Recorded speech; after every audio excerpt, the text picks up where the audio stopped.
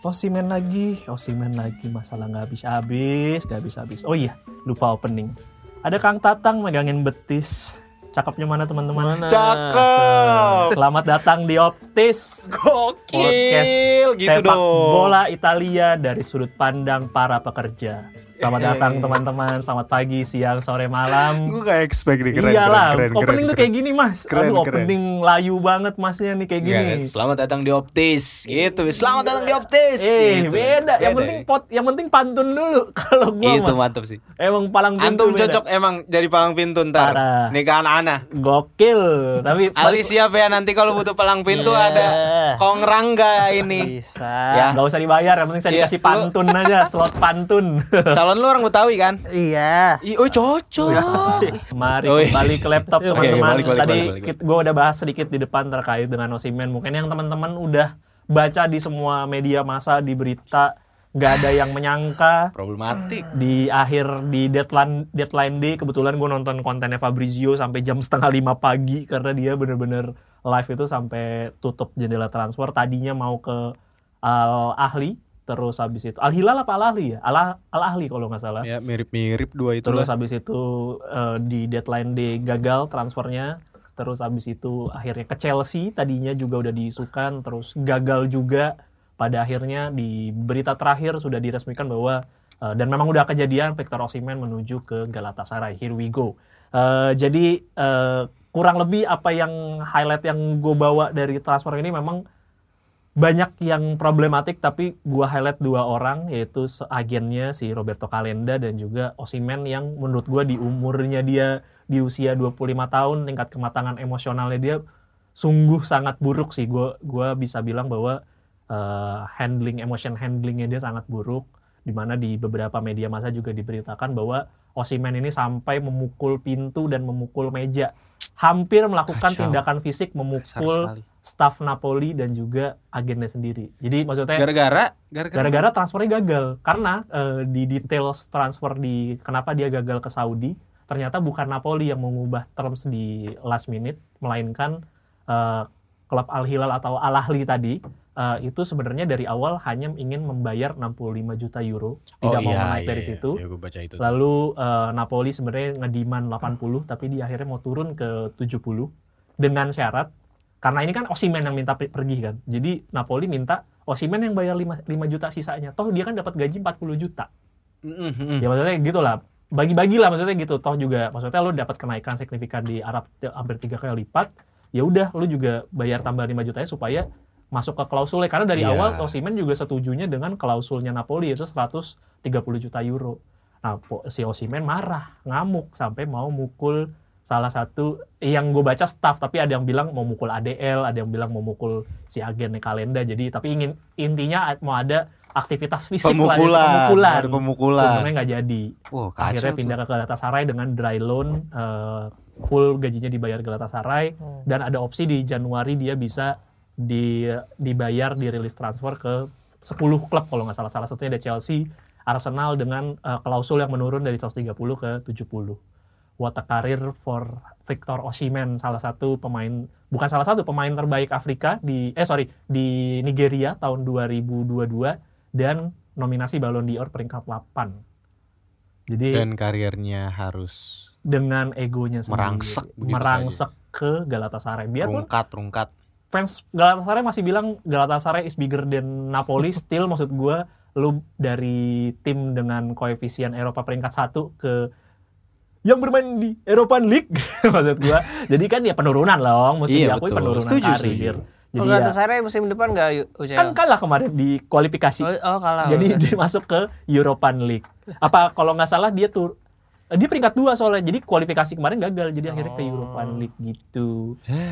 Menyambung tentang Osimhen tadi, kita mau bahas teman-teman adalah kurang lebih 3 atau top 3 pemain yang bermasalah dengan ego pribadinya. Wah, Dan menarik ini. Menurut gua di Italia itu cukup banyak stok-stok pemain yang bermasalah dengan egonya dan berakibat dengan karirnya itu sendiri gitu. Iya, benar. ini pasti kita tahu lah kalau top Balotelli 3. kita coret ya. Balotelli kita nomor coret 1. Nomor Udah satu. nggak bisa. Jadi Balotelli di planet yang lain dia. Jadi Nggak boleh Balotelli Balotelli ya. teman-teman pasti tahu nomor 1. Jadi Iya. nanti tungguin aja kenapa kita menaruh Balotelli di posisi 1. Iya. Jadi kita akan pilih nomor 3 dulu deh yang paling nyantai. Enggak. Gua enggak mau. Balotelli kita coret dari nominasi. Ya Dari udah, ini. Balotelli kayak nggak boleh. honorable mention. Honorable gitu. mention. Balotelli honorable mention. Karena udah terlalu di luar Nggak ada- planet ya. Nggak ada obat. Karena no medicine ya kalau No dia. medicine, no medicine. Jadi lah teman-teman juga tahu lah Balotelli seberapa problematiknya. Kita mau naruh 3 lagi deh, maksudnya Iya. please deh top 4 ini jadinya. Top 4. Iya bener. Nggak mau, gue nggak mau Balotelli. Ya, Pokoknya ya Balotelli udah. udah di planet yang lain. paling Oke, bawah dulu silakan. deh. Ya nomor ya pokoknya 1 dulu deh. Kita mau sebut siapa Ya. nih dari 3 nih mau nyebut siapa dulu dah. Mungkin ini kita bikin aturannya dulu ya. Cara mainnya kita nggak usah pemain yang lama-lama banget ya. Jangan yang kita Edmundo. memorable aja. Edmundo Iya. terlalu jauh. Maradona juga jauh daerah kita Maradona ya. jauh biarpun kita tahu problematiknya gimana. Iya. Tapi ya mungkin yang kita mungkin era-era 2000-an sampai 2000-an sampai sekarang lah gitu yang kita mungkin masih aware gitu loh dengan Mungkin- sepak terjang kebodohannya dia. Mungkin gue bercanda dikit, Francesco Totti kalau gue. Udah gila lu. Tahu nggak kenapa? Oh, iya. Soalnya dia pernah nendang Balotelli. Nah itu Pak. alasannya Balotelli-nya Iya. itu mah alasan gua kenapa Abis milih itu Balotelli-nya. Lu kayak milih Anjung Hwan lu. Bener-bener lu. Terlalu aneh lu. Francesco. Jadi Francesco Totti nggak boleh. Itu gara-gara Balotelli ya. Kita kasih kesempatan Kaldi dulu deh untuk Iya, pilih Aldi satu dulu nama. deh. Ntar Iya, kita coba, bisa coba. challenge lah dari Coba. situ. Aduh, ini gua ya tanpa disadari, tanpa gua sengaja banyak main Juventus yang di ini gua ya. Enggak apa-apa sih, enggak apa-apa. Di Walaupun top five walaupun gua. sama juga gua iya. memang fans Inter Ya udah sejati langsung di Anda. 3 Cuadrado. Cuadrado kan main di Inter juga. Iya, tapi ketika di Juve kayak asu dia. Enggak, gimana? Kenapa Gimana? nih? Yang bikin lu kesel tuh apa? Attitude di lapangan. Atau attitude pertama atau dia ngeludah attitude sembarangan di lapangan gitu. pertama. Ya selebrasi yang kalian tahu kan dia joget-joget itu. Iya. Ditampol sih. Selebrasi. Ya Emang bukan ditampol ya, Bang. Kayak muka tampolan. Muka tampolan. Tampolan banget ya. Terus ya penuh trik lah maksudnya dia apalagi ketika belum ada VAR. Pasti Oh, Iya. iya. dia penuh trik lah maksudnya ya entah itu diving, entah itu emang ngejegal pemain tapi yang nggak Kelihatan. challenge. Iya, banyak iya, lah yang iya, kayak iya, gitu iya. dia. Terus yang lagi kalau Cuadrado terlalu banyak. Tapi yang paling menurut gua itu udah lumayan parah adalah di Copa ya kalau salah semifinal Copa atau final Copa gitu dia bisa ngebuat Handanovic marah-marah. Ya, gua nggak tahu apa yang dia katakan, makanya ujungnya Handanovic jadi kartu merah di penghujung pertandingan. Gila. Cuadrado emang Kolombia sejati ya. Kolombiana. Kolombiana. Itu dia yang lebih bangsat lagi. Ada masanya ketika lebih bangsat lagi. Ini gue Udah seneng nih. bangsat Udah banget passionate banget ya Aldi nih kalau udah bahas gini. Iya, maksudnya dia itu ketika Chili lawan Kolombia nih, ngomongin Kolombia. Iya. Iya, dia tuh membuat si Alexis Sanchez jadi cedera gitu. Oh, Padahal iya. gua lupa Iya, iya. tepatnya kapan, cuma Iya, di iya, musim iya. kapan, cuma Iya. itu baru banget Sanchez Ditarik- udah agak sembuh dari ditarik cedera, terus keluar. dimainin lagi di Chili di timnas cedera lagi sama gara-gara Cuadrado. Gue lupa diselidiki apa ketubruk gitu Iya, kan kalau nggak pokoknya. salah kan. Iya. Ya makanya menurut gue tuh pemain Iya. Make sense. agak kotor, agak lain. tricky gitu. Pokoknya ya menurut gue bad attitude di situ sih menurut gue si Cuadrado Iya. itu. Oke, bisa diterima. Boleh, gua mah boleh. Bisa diterima. Kalau versi gua itu Ya, boleh. ini berdasarkan yang gue baca juga ya. Marco Materazzi di. Kalau tadi kan lu dari Ya. Juve, kalau gue dari Inter nih sekarang nih, biar ada counternya. Kalau buat gua Marco Materazzi itu adalah manusia Italia sejati gitu ya. Mana udah badannya gede. Materazzi itu gue kegambarnya tukang bully, tau gak lu? Jadi yang kayak lu pemain yang lebih kecil ditabrak-tabrakin, pemain yang emang kayak mau main-main trik sama dia malah counternya bisa 10 kali lebih parah. Dan Materazzi tuh yang apa ya, dia itu adalah pemain klasik yang kayak gue nggak bilang pemain klasik, gue nggak bayanginnya dia Roy Keane nih. Roy Keane kan kita tahu attitude-nya keras ya. Materazzi tuh versi kayak gitu, tapi yang versi tersiratnya gitu loh orang. Iya, Ngerti nggak sih? tersirat, iya kan tersirat, Modelannya jelas. iya, modelannya kayak nyindir yang kayak diem-diem Itali gitu. banget, Itali banget itu. Jadi Marco Materazzi itu manusia paling ngehe. Oke lah, yang paling terkenal yang Zidane kan. Zidane. Tapi berkali-kali gue nontonin, terutama di medio 2017 2006 sampai 2010 ya. Setiap Inter ketemu sama Milan, gue tuh selalu ngeliat Marco Materazzi ini tuh selalu jadi apa ya? Jadi penyakit gitu. Kayak striker Milan tuh selalu kayak ngeluarin gestur-gestur rese gitu berapa kali. Tarik-tarikan baju, ngajakin berantem gitu kan, kayak Inzaghi aja sampai hampir kepancing gitu kan, atau zaman kayak Kakak, Rui Costa, Gattuso berapa kali itu adu cekek-cekekan sama Materazzi kan. Jadi buat gue Materazzi lah itu The Matrix ini nih memang agak lain ya. Sundulan terbangnya ini memang ikonik kalau gue inget-inget lagi ya. Ini gue sambil wondering dia nih.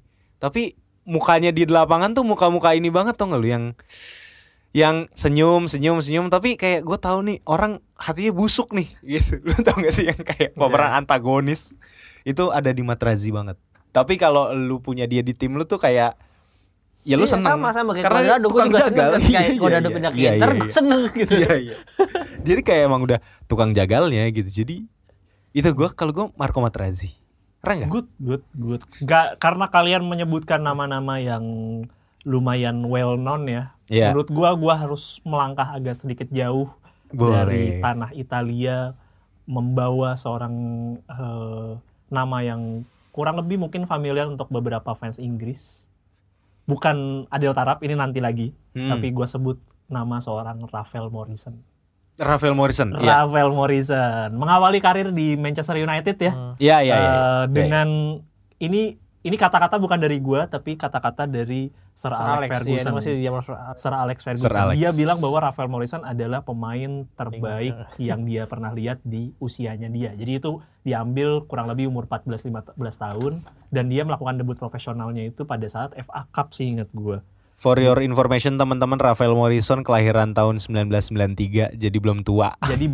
Gitu. Jadi memang buat teman-teman fans Serie A, nama Rafael Morrison nggak terlalu kedengaran karena dia bermain di medio tahun 2015 dan cuma mencatatkan 4 caps doang bersama Lazio. Dan kalau teman-teman tahu pelatih Lazio saat itu adalah Stefano Pioli. Iya. Dan kritikannya dari Pioli adalah si Morrison ini nggak bisa bahasa Itali. Jadi selama 6 bulan itu dia nggak mau belajar bahasa Itali. Terus si bangke Rafael Morrison ini nge-tweet Januari ... jadi mau cabut. Si anjing. Jadi kenapa gue sebutkan nama Rafael Morrison di list ini, karena dia ini benar-benar wasted talent. Kepergiannya dia dari Manchester United ke West Ham juga diprakarsai karena dia nggak mau, sama kayak Paul Pogba, nggak mau menunggu waktu untuk masuk debut ke tim senior. Jadi dia nggak mau nunggu waktunya. Jadi dia pengen buru-buru dapat cap senior secepat mungkin. Bedanya Paul Pogba berhasil bersama Juventus, sementara Rafael Morrison tidak begitu berhasil bersama West Ham United selama medio 3 tahun 2012 sampai 2015. Dengan beberapa pinjaman ke beberapa klub lain gitu. 18 appearances, 3 gol. Betul. Ya nggak cukup buruk untuk pemain berusia 18 tahun sih, tapi memang pada saat itu si Sir Alex Ferguson juga ngomong ke pelatih West Ham, dia bilang a brilliant footballer, brilliant ability, top class ability needs to get away from Manchester and start a new life. Mungkin karena tekanan dari kota Manchester yang cukup tinggi mengekspektasikan lu untuk bisa bersinar secepatnya dengan tekanan klub sebaik Manchester United pada saat itu, bukan sekarang. Terus mungkin dia akhirnya pergi dengan banyak ego yang cukup tinggi juga. Memang Rafael Morrison ini dikenal dengan egonya tinggi, terus tingkat malasnya juga sama dengan egonya gitu, sama-sama malas tapi egonya tinggi. Itu juga mengakibatkan akhirnya di timnas juga dia akhirnya milih Jamaika. Padahal dia punya paspor Inggris, pada akhirnya dia milih Jamaika. Jadi kalau gue pilih Rafael Morrison itu karena egonya dia menyebabkan karirnya dia tidak secemerlang dengan apa yang diharapkan oleh orang-orang di sekitarnya gitu loh. Karena Rio Ferdinand bilang dia bagus banget, Gary Neville dia bilang bagus banget, Paul Scholes juga amazed banget sama talentnya dia. Tapi pada akhirnya tidak jadi apa-apa. Dan sekarang setahu gue lagi ikut trial untuk pemilihan pemain free transfer gitu, karena dia udah dilepas dari DC United. Lucu banget. Terakhir dia main karir di US, di DC United. Tapi gue mau fun fact sedikit soal Jamaika. Jadi di Inggris itu kan emang banyak juga pemain-pemain keturunan imigran dari Jamaika yang emang punya darah Jamaika. Dan fun fact-nya adalah tim Federasi Sepak Bola Jamaika itu tuh kayak udah punya list nama-nama Jamaika di Inggris. orang Inggris keturunan Jamaika yang emang udah pengen yang udah pengen dinaturalisasi sama dia udah nggak betah. Ya, jadi kayak ini tuh mereka udah punya shortlist gitu, jadi kayak transfer klub gitu loh orang Jamaika tuh. Ya, itu fun fact-nya itu lucunya itu. Oke. Gitu. Memang list gua agak lain kalau gua. Agak lain. Aldi ada lagi? Aldi. Balik lu lagi, Di. Balik lu lagi. Siapa yang lo mau sebut? Ini berarti nggak usah pakai top-topan berarti. Gak usah top-topan, gak apa-apa sebut Oke. aja lah daripada sebut pusing deh. ya kan. Ini intinya Yang menurut lu ngehe nih orang nih gitu. ngehe orang ya. Jelas ya udah jangan Juve dulu deh. Walaupun dia pernah main di Juve. Jangan Iya. Juve dulu. Walaupun dia Gua pernah tau main di Juve. Arturo Vidal pasti lu mau Iya, bilang. enggak sih. Dani Osvaldo. Cepat Inter juga. Main Main Inter Inter juga. juga. Ya sama kayak Jukarno sebenarnya. Kenapa dia wasting talent juga sebenarnya. Dia tuh oke lah mainnya gitu. Dia di Roma lumayan gacor, terus pindah ke Premier League nggak works, tapi ketika dia balik lagi ke Serie A lumayan lagi. Di Inter juga walaupun cuma 12 pertandingan dia kasih impact 5 gol dan ya beberapa assist lah pokoknya. Oke dong, oke banget Sebenarnya. Nah, 12 pertandingan itu karena dia tiba-tiba di tengah-tengah pertandingan ngambek sama Icardi. Karena Icardi lebih milih nendang bola ke gawang daripada masing dia yang agak lebih lowong gitu. Gak gol. Gak gol dan Kesel. belum gak lama ditarik. Mau berantem dipisahin sama Guarin. Gak lama ditarik. Nah, setelah pertandingan itu manjang Si akhirnya dewasa banget tuh. dia kan Dewasanya. loan kan, memang loan. Terus ya udah jadi loannya nggak diterusin. Setelah itu nggak pernah main lagi dan habis itu dia kalau nggak salah ke nggak direct teman ke Boca Juniors lah. Maksudnya tetap main bola ke Boca Juniors. Di situ dia juga cuma bermain beberapa kali doang, belasan. Pindah lagi ke Porto, balik lagi ke Boca Juniors, bolak-balik cuma main beberapa pertandingan doang. Di sela-sela 2016 sampai 2020 dia tuh nggak main bola sama sekali, dia lebih milih jadi musisi. Mungkin emang talent di situ kali ini. Emang Sekarang passion. kita lihat, lo lihat Gua- dulu dong gua sampai follower lepas headset anjing, follow Fe. Instagramnya sekarang berapa Osvaldo? Emang Kalau passionnya tiba-tiba di situ. 16 juta maksud gue ya sukses dong di. Tapi bukan sepak bola. Iya kan, maksudnya ya wasting talent juga gitu dia, karena ya mungkin kan egonya itu pertama dia Belum mungkin tentu nggak siapa tahu sabar. talentnya ternyata dia pakai malah. Sebenarnya Iya talent yang beda gitu ya. kayak Diego Forlan main tenisnya jago. Iya. Dia pindah bola tuh gara-gara adanya ini butuh duit biaya lebih gede dan dia ngelihat bola itu lebih penghasilannya Duitnya lebih lebih gede. gede. Sekarang dia pensiun main tenisnya di regional bukan kayak yang tim semi pro gitu. Dia semifinal apa quarter final gitu. Ih, Diego gokil. Forlan. Nah ini mungkin musisi. Bakat. Emang saya Iya, pengennya bener. musisi tapi keluarga saya nyuruh main bola. Oke lah dia pengen musisi ya. Iya, musisi. 2016 dia Oke. pensiun, emang nih ada video banyak nih. Oke. Sampai berapa ada Oke. ada video Oke. performance kalau lu Oke. Iya segala macam. Iya. Tapi 2020 dia balik lagi main bola. Lagi mana? Lah, masih ada yang nerima dah. Finansial berarti Banfield ya, Cea Banfield kalau nggak salah. Oh, di Banfield, Argentina. Argentina. Oh, Iya. iya. Itu pun cuma main 2 pertandingan doang. Udah habis itu nggak tahu sekarang udah pensiun atau emang Musiknya gimana? Agent nggak tahu. Nah, musik udah dulu berapa sih. album coba kita lihat. musik dulu. Album Kita dulu pastiin ya. dulu nih. Maksud gua kayak kalau memang bakatnya di lagu, gua juga nggak apa-apa. Nah, terus di 2004 juga dia reveal ada undergoing maksudnya lagi treatment karena dia depresi yang ya akhirnya membuat dia pakai narkoba dan alkohol. Ujung-ujungnya memang gara-gara itu juga, gara-gara dunia musik itu, dunia malam itu dia jadi Terjebak di dunia malam. Dia DJ apa musik gitu sih dia? musik pokoknya band gitulah pokoknya. Dia kan mirip Johnny Depp ya, bukan? Johnny Depp. Iya lagi. Aduh. Tapi 600.000 follower sih lumayan sih. Lumayan dia. lah ya untuk. Tapi Proximo ngomong-ngomong, album. tapi ngomong-ngomong. Nih bentar, sorry. Iya, iya. Kalau menurut Wikipedia nih ya, Ronaldo lagi. Osvaldo has expressed his interest in music with Wild Horse by the Rolling Stone being his favorite song. Lagu-lagunya, maksudnya genre band dia tuh lah genre Rolling Stone, The Beatles, The Doors, AC/DC dan Guns N' Roses. Memang dia emang ya setelan metal gitu sih emang. Setelah rock and Iya. roll gitu ya berarti ya. Anjir dah. Itu paling lucu sih. Nama selanjutnya yang Dong, lo mau nyebut apa? nama selanjutnya yang attitude jelek tuh menurut gua Mauro Icardi, Al.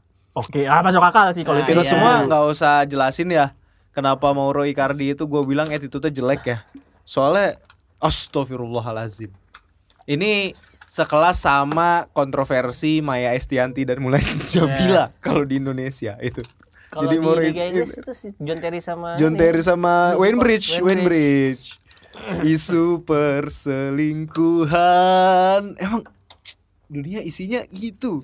Salah milih cewek aja kalau itu lebih ke salah milih cewek aja kata Kompas. Cewek temen lagi. Enggak iya sih sama kayak Maya Estianty sama Mulan Jamila kan gue bilang. Emang bener dah. Asli. Tapi gua mau intermezzo dikit. Lu tahu nggak?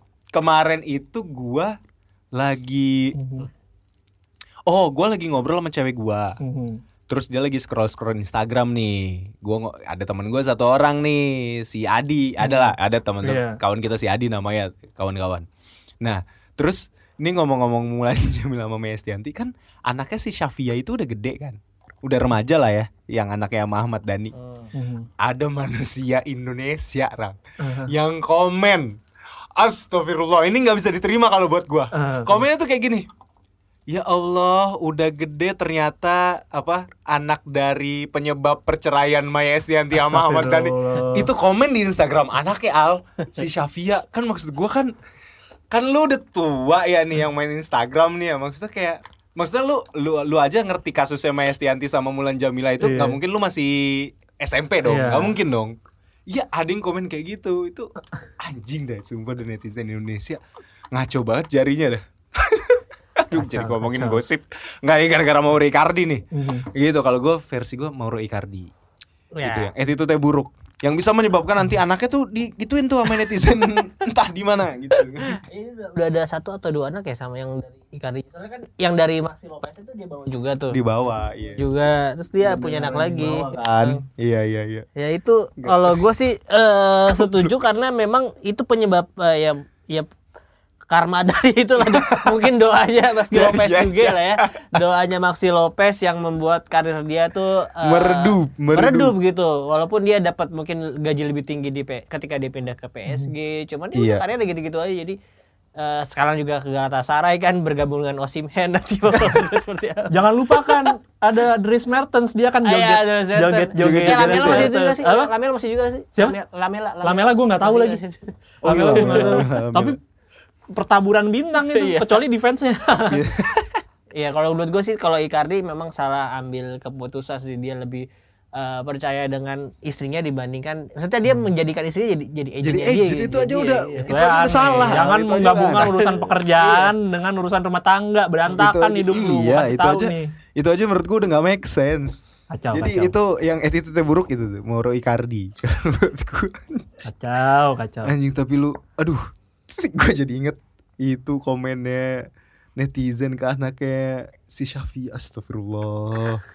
Siapa lagi Rang? Kalau lu yang gue mesti ngasih yang beda-beda dulu nih. Tapi ini kalau ini lumayan memorable lagi nih karena nama ini juga sama akademi Manchester United. Yaitu seorang yang menciptakan gol debut brilian, anak antah berantah, menyebabkan gol menit 92 dengan gol kemenangan melawan Aston Villa, yaitu the one and only Federico Macheda itu gol volley-nya masih terngiang-ngiang di kepala gue.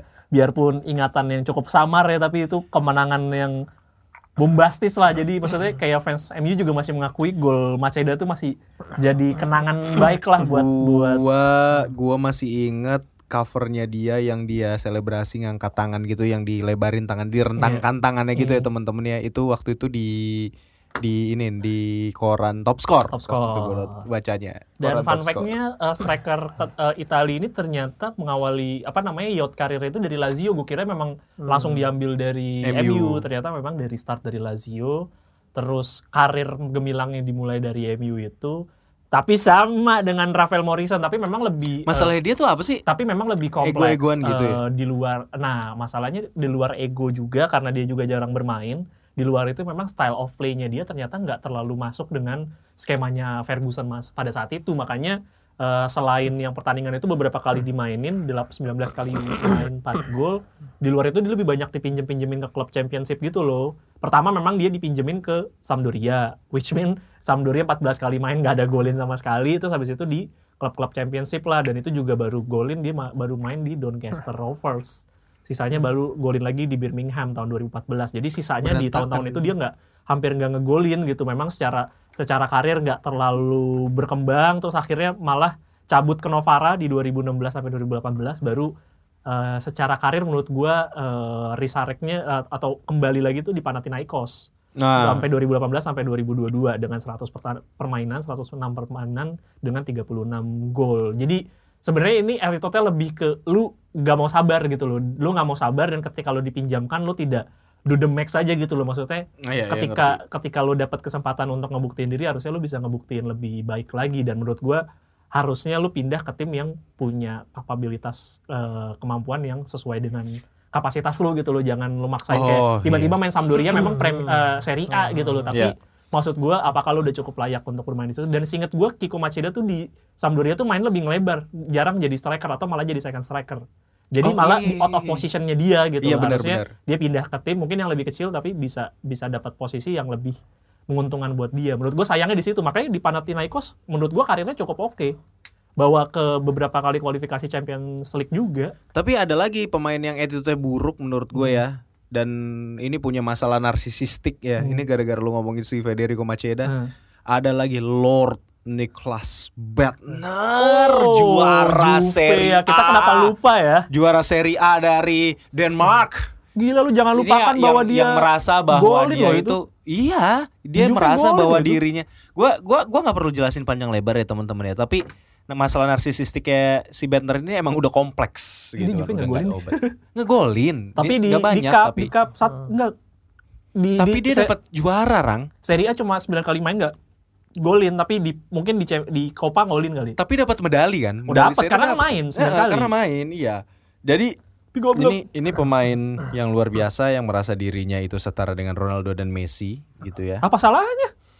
Di Copa juga nggak main lagi, nggak golin ya, berarti di Juve. Otaknya di mana, Rangga gitu. Itu kan apalagi kalau namanya golin di Euro. Kalau bukan terus kasih lihat ini merek kancut. Nah, itu kan lu lihat. Lihat attitude-nya di mana? Adabnya di mana kalau kata orang tua kayak gitu kan. Saya harusnya bermain di Barcelona kata dia. Niklas Bentner. Gila kali kepedean. Lu tuh enggak ada apa-apanya dibanding Lord Brad White, sama-sama dari Denmark lagi kan. Lu harus berguru. Kayak Bentner nih kayak ampun deh. Tapi dia kepake sih untuk di Denmark juga di timnas gitu kan. Di timnas ya lumayan lah. Lumayan. Tapi untungnya sekarang dapat Hoylund. Iya. Upgrade. Dan Bentner ini juga salah satu gue lupa ya, dia waktu itu yang comeback lawan Reading tuh ada dia enggak ya? Kayaknya enggak ada deh. Giroud yang udah ada waktu itu ya. Yang Arsenal comeback jadi dari 4-0 jadi 5-4. Oh enggak ada Bentner. Bentner tuh pokoknya mainnya Marwan Camah. Camah. Ya benar. Jadi itu kalau dari saya selanjutnya adalah Niklas Bentner. Nah, ada nama lagi Aldi? Muter lagi. Oke, iya, kalau satu lagi dah. Oke, sebelum nih, ke pas nih setengah jam. Sebelum ke Balotelli, Balotelli kan tadi kita setuju Balotelli honorable mention. Lu satu, gua satu. Ya, gua Raja Nainggolan. Oh iya. Laiku ini. Tapi ini juga debatable sih, tapi nggak apa-apa lah. Ini ya oke, dia Raja. Mungkin bisa mencapai highest karir, maksudnya dia nyampe ke performa terbaiknya lah mungkin ketika dia itu tuh dari Cagliari, Roma, Inter kan. Balik lagi ke Cagliari, terus baru ke Belgia lah kalau nggak salah. Dia baru ke Bayangkara. Ya gua mau tahu aja gitu maksudnya. Iya. Yang dia ngebuang bola gara-gara kesel passingnya nggak bener. Ya. Ini tuh ya gue ngomongin ketika main dia di Inter dulu aja kali ya. Maksudnya gue mungkin nggak tahu yang dia di Cagliari atau di Roma. Cuman di Inter tuh sebenarnya dia banyak masalah, banyak melakukan indisipliner baik mungkin di saat latihan atau bahkan di luar latihan gitu. Jadi Indonesia banget ya Nainggolan ya. Ya salah satunya yang paling basic lah, telat datang ke tempat latihan, terus dia sempat driving mabuk-mabukan itu masih pernah dia. Kayaknya juga gue berani taruhan dia sebagai atlet ketika masih ya sekarang mungkin kalau udah di Indonesia itu mana nggak heran lah. Ketika masih jadi main Inter atau main Roma gitu dia tetap ngerokok gitu. Maksudnya ya hal yang sebenarnya paru itu Indonesia banget gitu. Indonesia banget. Dan sering banget emang ketangkap kamera gitu kan di klub-klub ngerokok minum alkohol. Memang Indonesia banget udah fix itu. Nah, terus ya disipliner banyak lah ini yang di Inter mungkin gua nggak bisa sebutin karena saking berapa kalinya. Maksudnya dia tuh nggak main di Inter kadang-kadang bukan karena cedera, karena dia lagi di dalam masa indisipliner. Jadi diasingkan dulu dari tim, nggak boleh main 1 pertandingan 2 pertandingan gitu. Terus, sama kayak Ferdinand Sinaga lah dia kurang lebih Jangan gitu. dibandingin Mas. Gitu. Terus nih ada lagi ternyata di timnas Belgia juga banyak nih gue baca. Terus di Antwerp gue baca juga tadi di Antwerp. Royal Antwerp aja tuh ya sebelum dia ke Bayangkara ya dia udah bilang sudah tidak tahan dengan sikap Raja Nainggolan dan klub tersebut memutuskan bakal menjual pemain dari Indonesia daerah Indonesia ke Bayangkara. Pokoknya dalam beberapa bulan terakhir kerap bertingkah laku buruk, diantaranya ditangkap polisi karena mengendarai mobil tanpa surat izin, serta menghisap rokok di bangku cadangan. Di bangku cadangan. Kok bisa begitu? Pelatih gimana itu? Mas. Nggak ada respect-respectnya sama pelatih. Buset, astagfirullahaladzim. Walaupun bukan saat tim dia main ya, saat tim B-nya lagi main melakoni pertandingan lawan Standard League pokoknya mungkin. Enggak, itu kan berarti lu kan junior lu dong. Iya, junior lagi main. Iya. Tapi lu ada di base nyebat gitu. Enggak. Itu kan kelas Tarkam yang kayak gitu, Rang. Astagfirullah. Itu pemain profesional loh, gajinya juga nggak yang UMR ya. kan. Ya itulah pokoknya ya ini sih, memang gue baru tahu. Di luar dia memang karakter bermainnya ya seperti itu juga ya, agak keras bukan kasar tapi agak keras dan segala macam ya. Karakternya juga dia punya rambut mohawk, tatonya banyak, tapi di luar lapangan juga menggambarkan itu juga tersirat juga kayak Materazzi sebenarnya dia. Berarti Raja Nainggolan ini apa yang kita stereotyping ke dia, ya maksudnya yang tampilannya sangar begitu ya emang kan kadang-kadang ada stereotip orang sangar tuh begitu ya, begajulan ya. Ini begajulan beneran tuh gitu kan. jadi itu malah menambah kompleksitas pandangan orang. Betul. Gila gue gila Rang, nyebat. Tapi nggak, Lord Balotelli udah bener udah. Lord Balotelli nggak boleh honorable mention. Belum. Lu dulu satu nama lagi tadi janji Antonio Cassano. Nah ini juga pasti. Mas. Buka celana. Sebelum saya bilang masalah-masalahnya, ini saya ngomongin kata-kata dari BP Bozo. BP Bozo itu adalah mantan agennya dari Antonio Cassano. Roberto Bozo bilang Cassano adalah pemain Italia terkuat sepanjang masa. Saya minta maaf karena dia tidak memenangkan Ballon d'Or. Seseorang dengan bakatnya pantas mendapatkannya. Dan dia bilang secara bakat dia mengungguli Roberto Baggio, Del Piero maupun Francesco Totti. Gitu. Tapi memang dia kesalahannya karena memang secara publik PR-nya kurang bagus, khususnya secara permainan dia cenderung individualistis sama ego itu sendiri. Kita tahu bahwa Antonio Cassano itu ternyata pernah bermain di Real Madrid selama satu musim. Gue ingat kok sama Capello. Dan dia selalu bermasalah, mau siapapun itu pelatihnya, pakai sering banget dia ada masalah sama pelatih lah. Betul, selalu. ever, always. Dan dia kan justru kebangkitannya dia ketika bermain di Sampdoria kan, sebelum masuk ke Milan, Inter, Parma. Wajar palanya pernah disepak sama Ibrahimovic. Iya, memang tolol. Memang tolol secara itu Ibra berarti bercanda merangkap serius itu sama Cassano tuh disepak. Memang gitu. Tapi memang secara bakat mesti kita akui memang ya bagus gitu, di luar kontroversinya ya, secara bakat dia gue suka bagus dribblingnya dia gitu. Kepercayaan dirinya dia ketika mau ngelewatin pemain itu tuh berasa walaupun memang bukan yang skillful banget kayak gocekannya yang skillful banget kayak katakanlah Marcelo Ferdinand deh gitu. Ya bukan yang halus begitu ya, yang feintnya cantik ya, gitu. Bagus gitu. Maksudnya di luar dia memang ribut sama pelatih siapapun, mau Capello, mau siapa gitu diributin sama dia. Terus juga ya attitude-nya, malesnya, disiplinnya dia. Terus pernah di Euro 2012 dia pernah ngomong di konferensi pers, dia bilang nggak boleh ada pemain G di skuad pertandingan gitu. Kan maksudnya kalau di sini mungkin normal ya, tapi maksud gua di sono kan dengan menjunjung tinggi hak asasi manusia udah pasti kena ban gitu loh.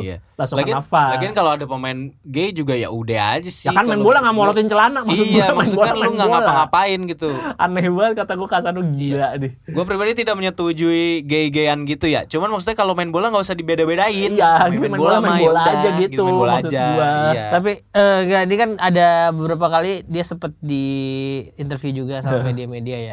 Tadi kan kata lu, ya kata kita tadi ngomong dia selalu berantem atau punya masalah dengan pelatihnya. Ada satu pelatih yang diakui dia nggak pernah berantem, yaitu Eugenio Fassetti.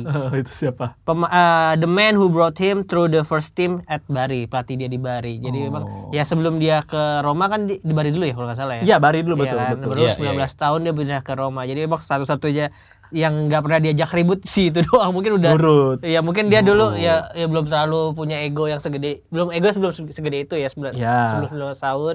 Siapa yang ngajarin Kasano kayak gitu ya? Berarti Pengaruh dia, siapa ya? iya berarti di Roma nih dia Di kayak Roma. gitu nih. Kita Udah pikir-pikirnya mulai ya. siapa yang bikin masalah di situ? Rodrigo Tadei belum ada. Belum ada. It- Montella kayaknya enggak. Montella enggak, Batistuta mungkin. Batistuta mungkin. Mungkin kalau teman-teman ingat kita pernah bikin episode di 29 Oktober 2022 itu episode 1,5 tentang Antino Kasano dan Iya, bacotannya. dan bacotannya.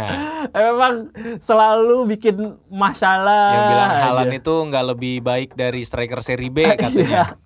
Udah Emang gila, gila deh. emang udah gila. Ya, makanya masuklah, maksud gua di list inilah harus masuk gitu. Iya, Terakhir sebelum closing, kenapa Balotelli kita tidak mau sebutkan? karena berantem sama Mancini yang udah kayak bapak sendiri yang ngasih dia debut Ini dan satu segala nih dari macam. lu, satu dari gua dong. Ah.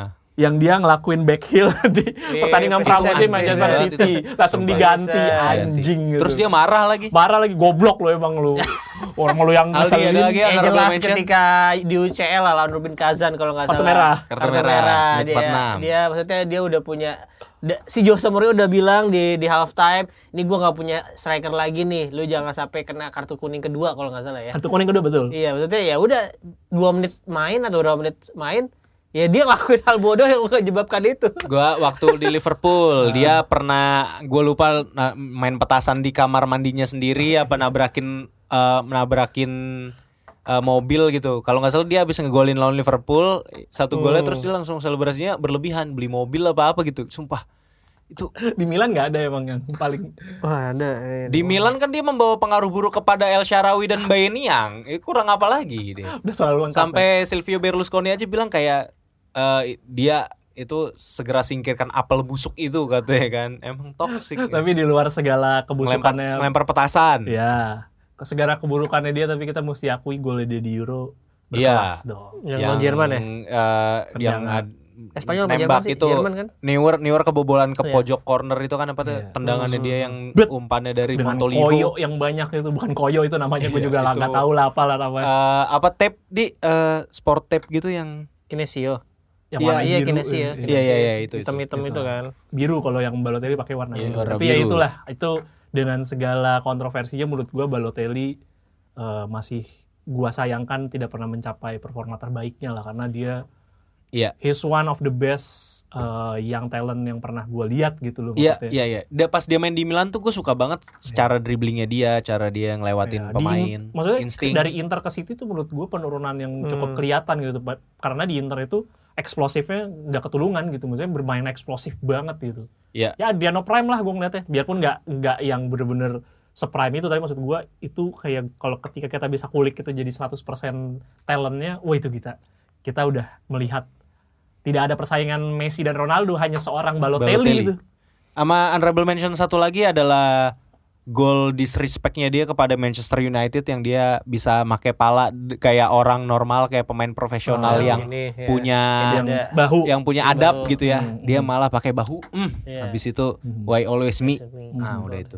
Ya, Kayak di luar- ya, kenapa nggak always you ya, karena lu begitu. Emang lu begitu. Tapi di luar itu beberapa ada nama yang kita memang nggak sebutin. Mungkin teman-teman juga pasti tahu lah, Del Tara, Iya, Paul Di Canio. Di Canio, Bahkan Ibrahimovic Ibrahimovic sendiri. itu pun sendiri. Tapi memang kita mesti akui secara karir ya cemerlang lah seorang Iya, yang dia Ibrahimovic. ngegampar si Morgan De Santis. Betul. Terus Tapi diaduin sama bukan, siapa itu sih? Aronika yang ngaduin Morgan De Morgan De Santis, Santis. nampar Aronika. Aronika, terus Aronika langsung diving gitu loh. Iya, langsung langsung seri jadinya, nggak jadi dicengin gue di satu di sama sekolah. ya waktu itu ya. Pokoknya nggak jadi dicengin di sekolah lah gue akhirnya, Iya, karena iya. nggak jadi kalah. Anjing. Gue pokoknya Rangga waktu itu langsung nge-tweet kayak makanya jangan suka gampar-gampar ja, langsung mention gue anjing emang. Tapi ya itulah teman-teman. Kira-kira kalau teman-teman ada kebayang siapa pemain-pemain yang problematik yang kita nggak mention di podcast kali ini, mungkin teman-teman bisa sebutkan di kolom komentar atau teman-teman bisa komen lah ke kita, harusnya bahas ini bang, harusnya bahas itu bang. Ya gitu. benar-benar. Dan kalau ada mention yang paling menarik nanti kita bisa aja collab juga. Iyalah. Buat episode ini ya. Betul. Maksudnya di episode ini kalau misalnya entah kalian ini nanti komennya di TikTok atau di Instagram atau misalnya di podcastnya sendiri, nah ntar yang seru-seru kita ajak komen. Jangan lupa dengerin kita juga ada di konten-konten lain seperti di Box to Box. Enggak dong, belum sampai ya. SSC Pinball, SSC Pinball. Justinus Laksana di The Derby. Iya, saya juga ada ini diajak collab sama Beli Ngomin. Iya. Kita akan banyak beredar di mana-mana lah. Jadi teman-teman bisa dengerin Interest Media juga.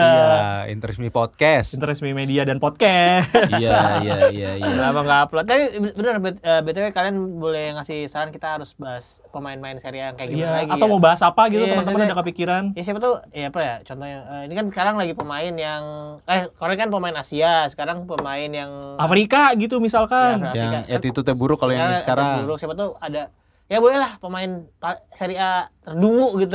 Atau pemain dengan pemain kidal terjago gitu, kaki kidal terjago. Oh iya benar tuh. Menarik. Iya. Jadi ditunggu komentarnya teman-teman. Terima kasih sudah mendengarkan episode Terima kasih sudah mendengarkan episode kali ini. Thank you. Thank you. Grazie. Ciao. Ciao.